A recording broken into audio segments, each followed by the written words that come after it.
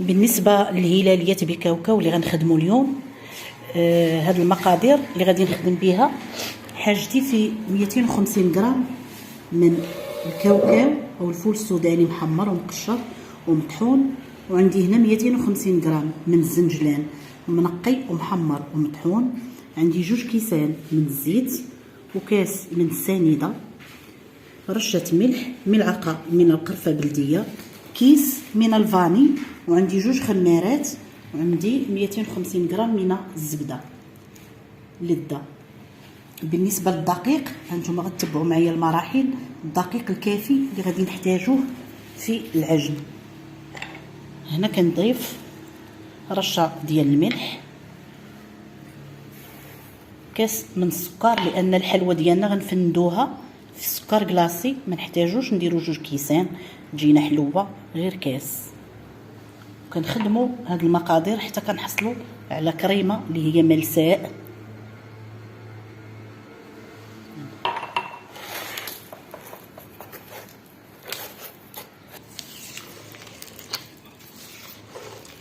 كنخدموا الخليط، نضيفوا كيس من الفاني،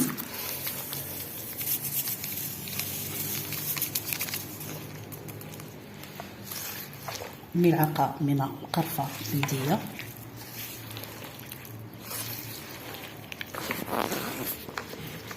من بعد ما حصلنا على خليط اللي هو كريمي كنضيفوا الفول السوداني وكنخدموا الخليط جيدا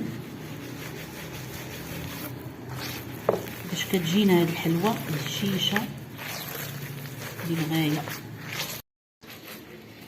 كنضيفوا الزنجلان اللي حمرناه وطحناه، نفس العمليه، وكنخدموا ثاني الخليط ديالنا جيدا حتى كيتنسجم العناصر كلها. من بعد كنضيفوا الخمارات وكنبداو نجمعوا الحلوه ديالنا بالدقيق الكافي. شفتوا كنخدموا كيف ما قلت لكم الزنجلان، وكنضيفوا الدقيق تدريجيا مع الخمارات.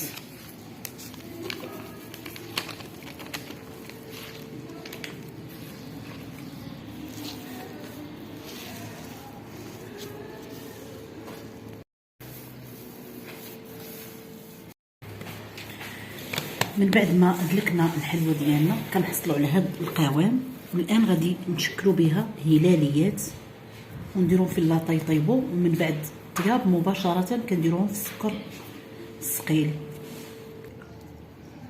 من بعد ما دلكنا الحلوه ديالتنا كنديروا كويرات نعبروهم 23 غرام في الكره، وكنشكل منها هلاليات.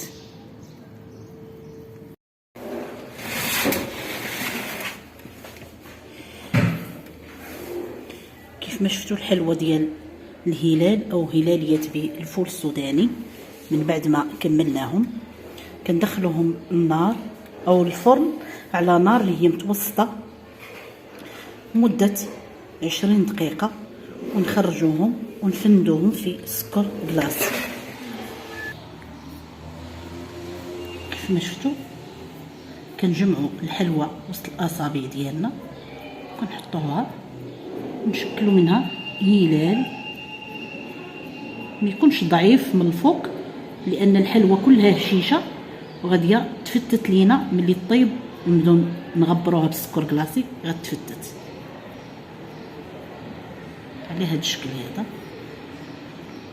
القاعده ديالها تكون عريضه، وكنكملوا الحلوه ديالنا بهذا الشكل وندخلوها